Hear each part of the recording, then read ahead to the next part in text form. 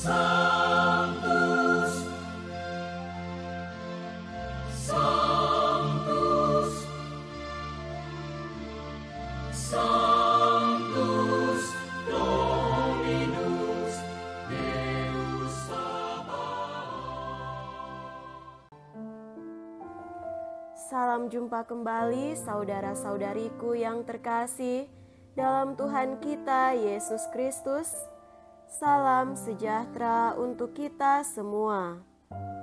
Berkat Allah yang Maha Kuasa senantiasa menyertai kita. Hari Kamis tanggal 2 Januari tahun 2025 adalah peringatan wajib Santo Basilius Agung dan Gregorius dari Nazianze, uskup dan pujangga gereja. Basilius lahir tahun 329 di Kaisarea. Ia berasal dari keluarga Kristen yang saleh. Basilius melanjutkan pendidikan di Konstantinopel dan Athena. Di Athena ia menjalin persahabatan dengan Gregorius dari Nazianze, teman kelasnya. Setelah menamatkan pendidikan dengan cemerlang dan kembali dari studinya, ia terpengaruh kakaknya Marina Muda dan kedua adiknya untuk mempelajari hidup membiara. Basilius membangun biara pertama di Asia Kecil dan digelari sebagai Bapa Perintis Hidup Membiara di Gereja Timur. Basilius diangkat menjadi uskup menggantikan uskup Eusebius tahun 370. Ia giat membela kebenaran ajaran iman Kristiani terhadap ajaran sesat Arianisme. Basilius meninggal dunia pada 1 Januari tahun 379 dan digelari kudus dan dihormati sebagai pujangga gereja. Gregorius adalah seorang teolog dan filsuf yang arif. Tulisan-tulisannya merupakan warisan yang berharga bagi gereja.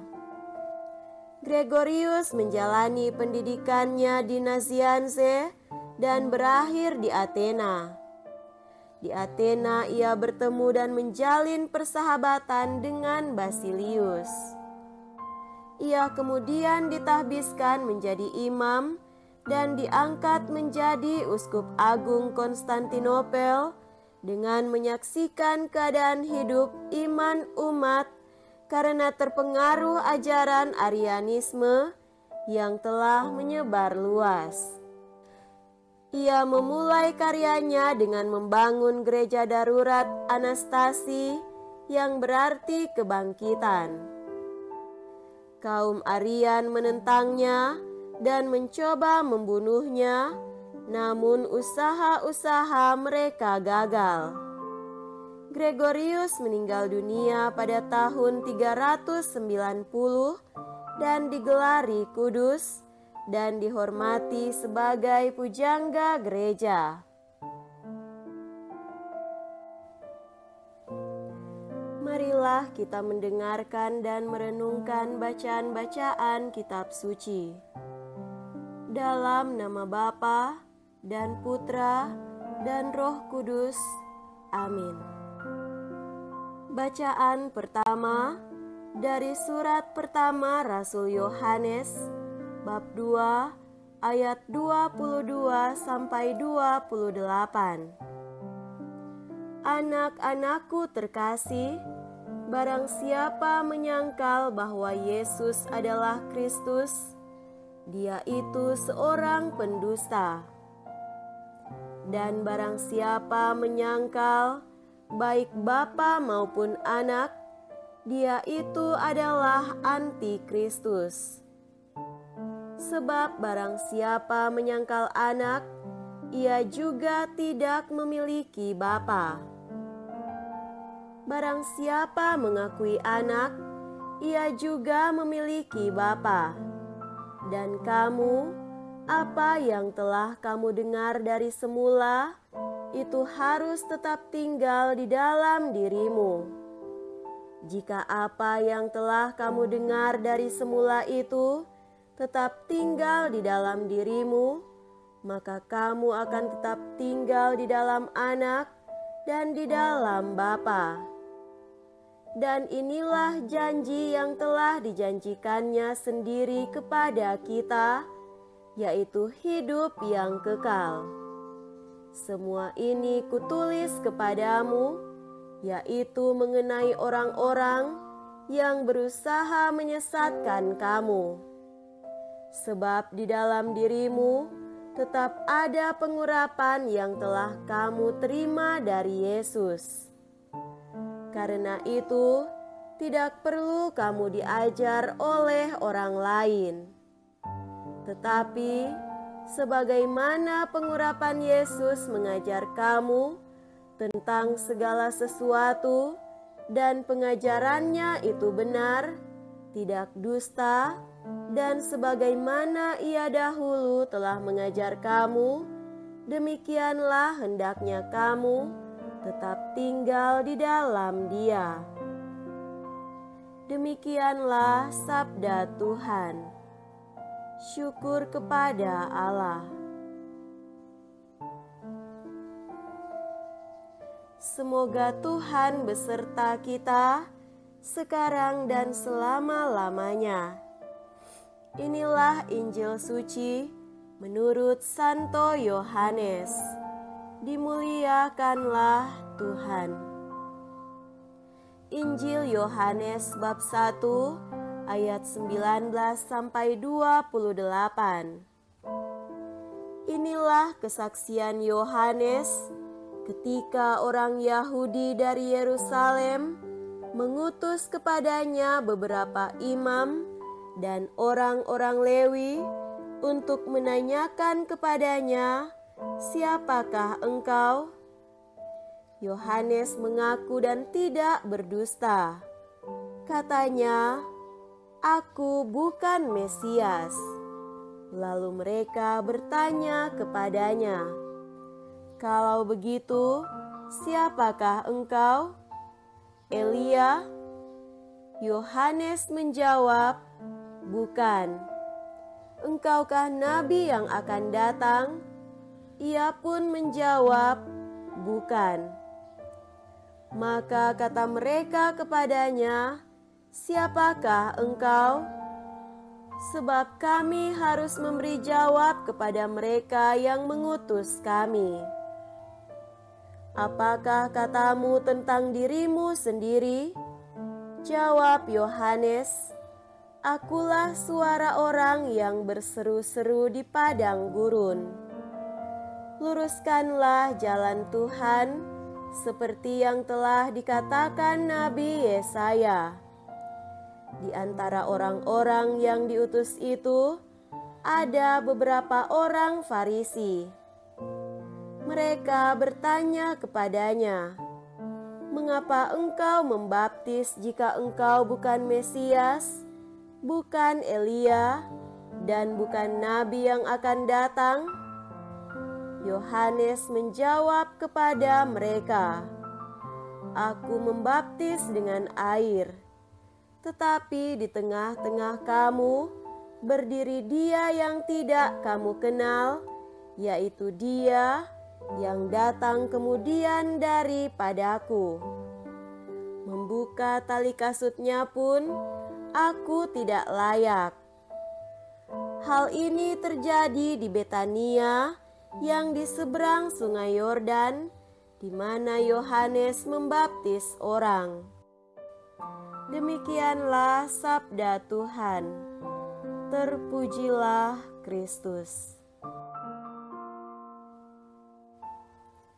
Saudara-saudariku yang terkasih dalam Tuhan kita Yesus Kristus, tema renungan kita pada hari ini adalah kerendahan hati.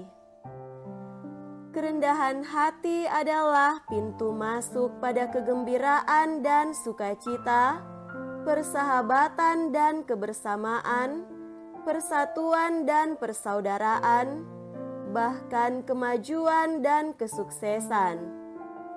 Mengapa tidak? Kerendahan hati menempatkan kita pada jantung komunikasi dan memungkinkan terjalinnya perjumpaan dengan sesama. Orang yang rendah hati amat mudah diterima dan dihargai, dan sering memberi warna dalam setiap pertemuan. Model kerendahan hati yang paling sempurna telah ditunjukkan oleh kitab suci kepada kita semua.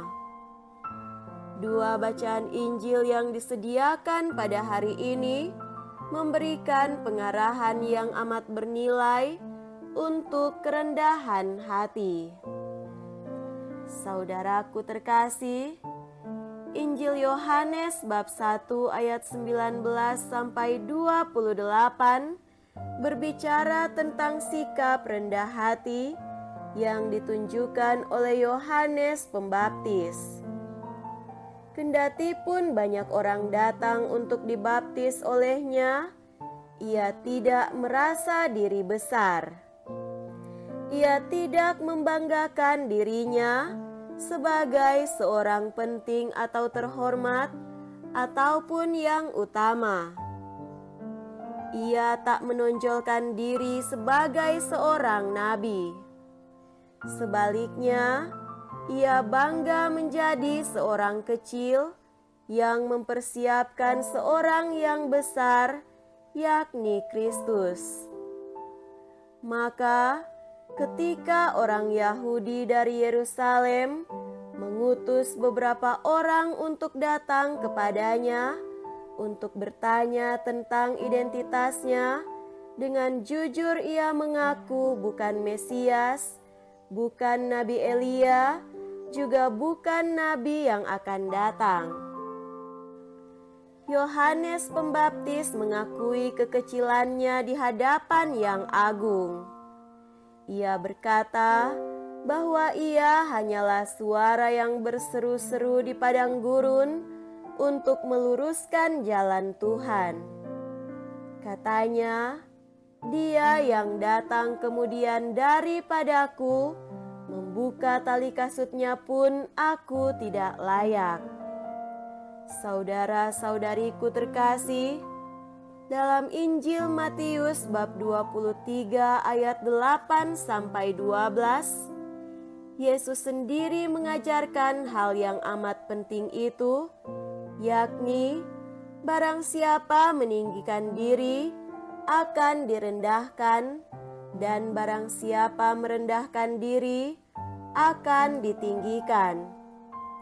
Lebih dari itu, Yesus menyerukan bahwa yang terbesar haruslah menjadi pelayan bagi sesamanya dan bukannya seorang penguasa yang harus dilayani.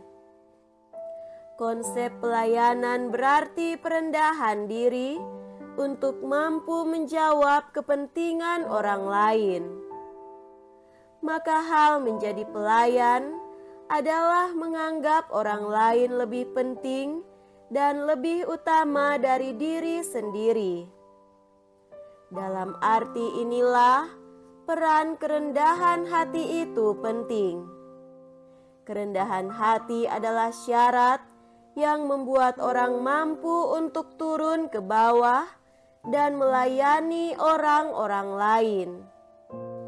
Kerendahan hati itu pula lah yang mampu membuat orang menghargai dan menghormati sesamanya. Milikilah kerendahan hati. Semoga demikian. Amin. Dalam nama Bapa dan Putra dan Roh Kudus. Amin.